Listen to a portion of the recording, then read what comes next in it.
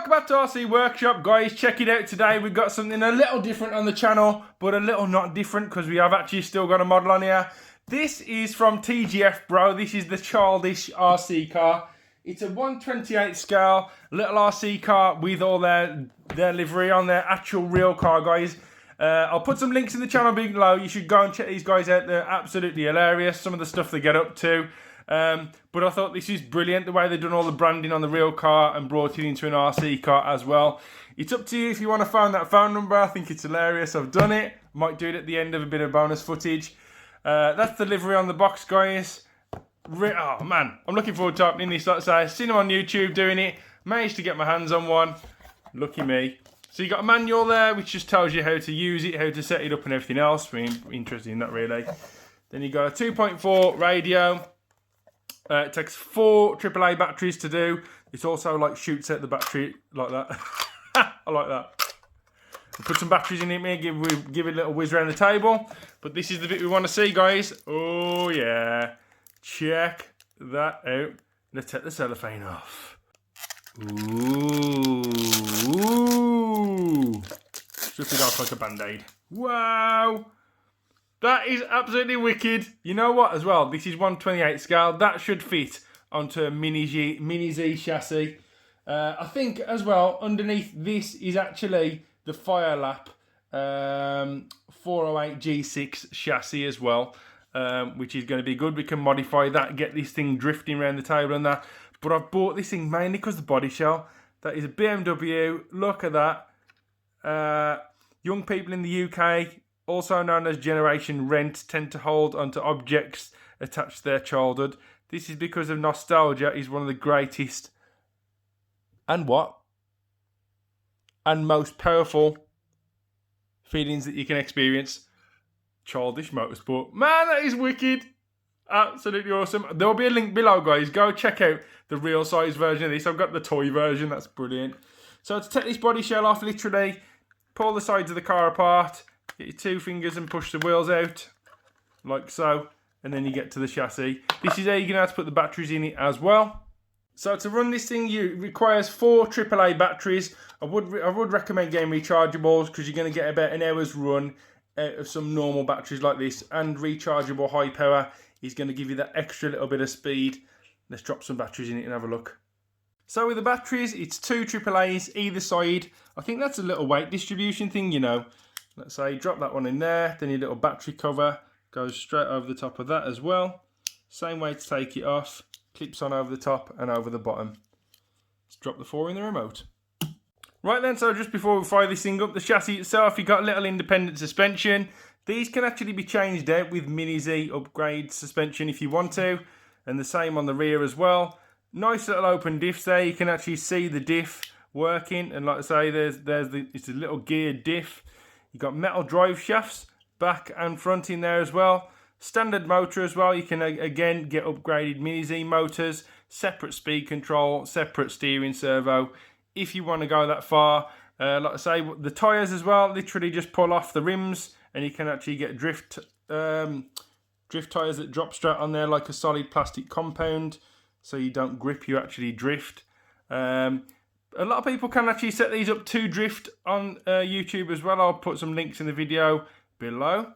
You can adjust the chassis if you want to as well. So you can adjust the chassis width. So if you wanted to drop a different body shell on there, you can if the shell is a different size.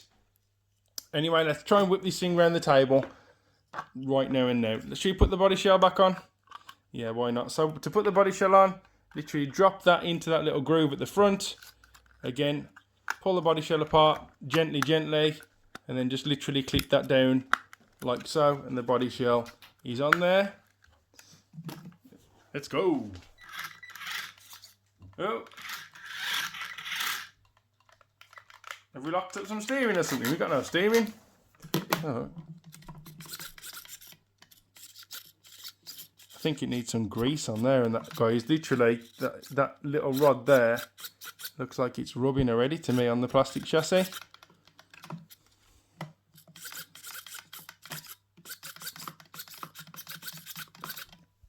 It's a little bit tacked, that chassis, if I'm being honest as well. You don't really want to... Oh, does it? Don't... Oh, it's actually stopped. I wonder if the batteries are now good. That I've just put a brand new pack of batteries in there. Sounds a bit coggy.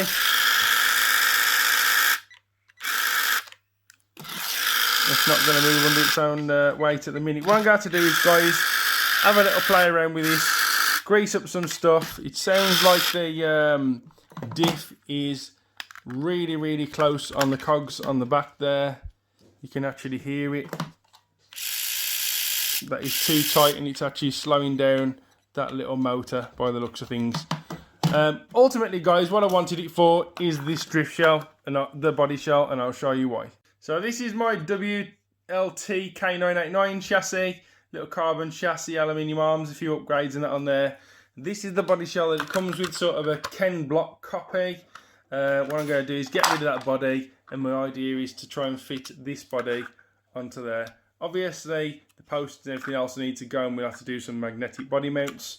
The chassis does need a little bit of adjusting to get that on there, as you can see.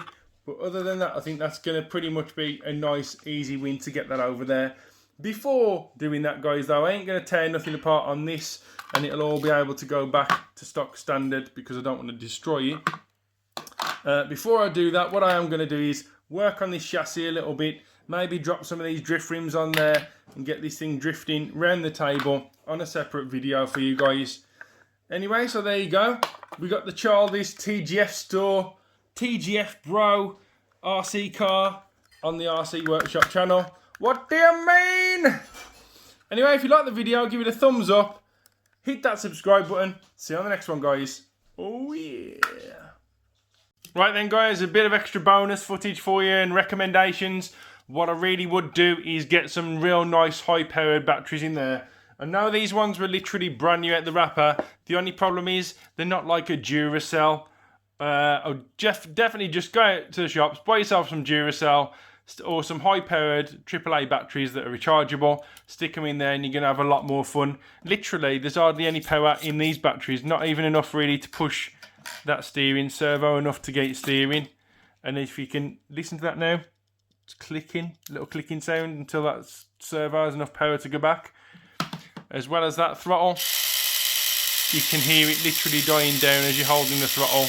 And these are brand new batteries. So yeah, straight up recommendations is get yourself some good batteries in there. What I'll do anyway, give this a little once over, give it some greasing up in points that I think it needs grease on, some of the diffs there, and definitely the slider mechanism for the steering. Other than that, we'll drop some bigger, better batteries in it for next time, and some drift rims on there. Hopefully get this Childish car drifting around the coffee table. See you on the next one.